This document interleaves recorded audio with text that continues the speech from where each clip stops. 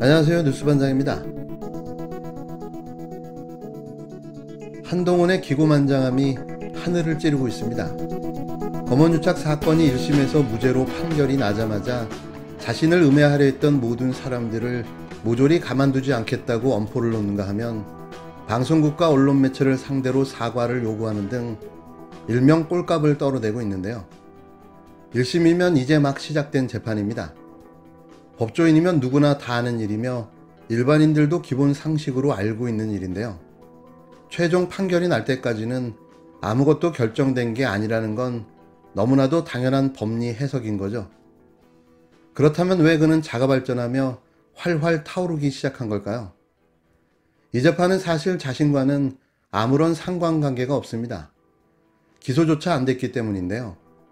이동재 외 일명의 채널A 기자에 대해서만 협박 취재의 불법 유무를 따지는 재판입니다. 자신이 이렇게 나댈 이유가 없는 거죠. 그는 그냥 언론 플레이를 하고 있는 건데요. 판이 유리하게 전개되니 이참에 여론 반전을 노려보겠다는 전략적 노림수인 겁니다. 너무나도 잘 알고 계시지만 한동훈은 기소조차 되지 않았습니다. 자신의 핸드폰 잠금을 풀지 않아 아무것도 할 수 없었기 때문인데요. 포렌식은 고사하고 조사조차 시작하지 못했습니다. 이런 상황에 이동재와의 공모관계를 밝힐 수 없게 되자 이동재만 기소할 수밖에 없었던 건데요. 검찰이 제출한 증거만으로 강요죄의 구체적 해악고지라고 볼 수 있는 만큼 함적 의심 없이 증명됐다고 볼 수 없다. 재판부가 무죄를 선고하면서 내린 판결문 내용입니다. 말을 베베 꼬아놨지만 내용은 증거가 부족하다는 거죠. 이는 당연한 결과인데요. 검찰은 이동재를 기소하면서 공소장에 한동훈과의 공모 혐의조차 적시하지 못했습니다. 엉성한 수사, 한심한 기소, 당연한 판결이 나온 거라는 이야기입니다. 그러니까 한동훈의 오바는 나름의 믿는 구석이 있는 뻘소리인 겁니다. 역설적이게도 이런 주장은 자신이 이 사건에 깊이 연루되어 있다는 걸 반증하기도 하는데요. 기소조차 안 된 그가 이렇게 방방 뜰 이유가 없지 않을까요? 재판은 아직도 진행 중이며 끝날 때까지 끝난 게 아닙니다. 그리고 아직도 포렌식을 기다리는 한동훈의 핸드폰은 대검찰청 어딘가에서 우리의 손길을 기다리고 있을 테니 말입니다. 어제 박범계 법무부 장관이 직접 마이크를 잡고 검찰이 한명숙 전 총리 재판 증인을 100여 차례나 불러서 증언 연습을 시켰다는 감찰 결과를 발표했습니다. 즉, 한 전 총리 수사 결과를 믿을 수 없다는 얘기였습니다. 그런데 이번 감찰에 응했던 당시 재판 증인 가운데 한 명이 저희 취재진을 만나서 박 장관의 이 발표를 정면으로 반박했습니다. 검찰로부터 거짓 증언을 하라는 강요를 한 적 없다고 했더니 이번 감찰을 주도한 임원정 법무부 감찰 담당관으로부터 협박이 들어왔다는 겁니다. 결론을 정해놓고 답을 강요했다고도 주장했습니다. 제보자는 자신이 수사팀으로부터 위정을 강요당한 일이 없다고 부인하자 임 검사가 거짓말하지 말라며 특정 진술을 유도했다고 주장했습니다. 임 검사가 답을 정해놓고 그 답을 요구하는 듯한 질문을 반복적으로 했다고도 거듭 주장했습니다. 이렇게 조사하면 안 된다는 사실은 법무부 인권보호수사규칙에도 분명히 명시되어 있습니다. 임은정 부장검사는 16일 한명숙 사건 수사 과정에서 증인을 협박했다고 보도한 조선일보와 TV조선에 대해 민형사상 책임을 묻겠다라며 법적 대응을 예고했습니다. 앞서 TV조선은 지난 15일 한명숙 재판 증인 모해 위증 부정했더니 임은정이 구속 언급이라는 제목의 단독 보도에서 한 전 총리 재판의 검찰 측 증인이었던 A씨가 지난해 11월 대검 감찰부의 1차 참고인 조사에서 위증교사 의혹을 부인하자 임 검사가 구속을 언급하는 등 협박성 발언으로 진술을 강요했다고 보도했습니다. 조선일보는 TV조선 보도를 인용해 이날 한명숙 재판 증인, 임은정, 모해 위증 부인하니 구속 언급 기사를 보도했는데요.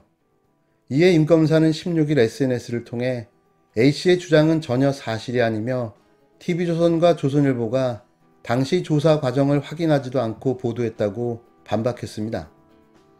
아울러 조선일보가 2013년 새 사설에서도 자신을 얼치기 운동권형 검사라고 비난한 사례를 상기시키면서 조선일보가 자신을 집요하게 공격하는 것을 비판했는데요. 임 검사는 조선일보는 2013년 새해 첫 사설로 얼치기 운동권형 검사 운운하며 과거사 재심 사건의 무죄를 구형한 저를 덮어놓고 비난한 매체라 그간 기사를 제대로 본 적이 없다라며 공인으로서 언론의 자유를 위해 인내하고자 생각해 대응을 자제해왔다고 매체와의 앙금을 털어놨습니다. 그는 저에게 조사를 받았다는 분이 대검에서 진술조서와 영상 녹화 CD 열람 등사를 신청하면 조사 내용과 과정을 쉽게 확인할 수 있다. 기자분이 과연 확인하고 기사를 썼을지 극히 의문이라며 TV조선, 조선일보 등과 관련된 매체와 관련자들에게 민형사상 책임을 곧 물을 예정임을 알린다라고 공개했는데요. 이들에겐 금융치료가 답인 거죠.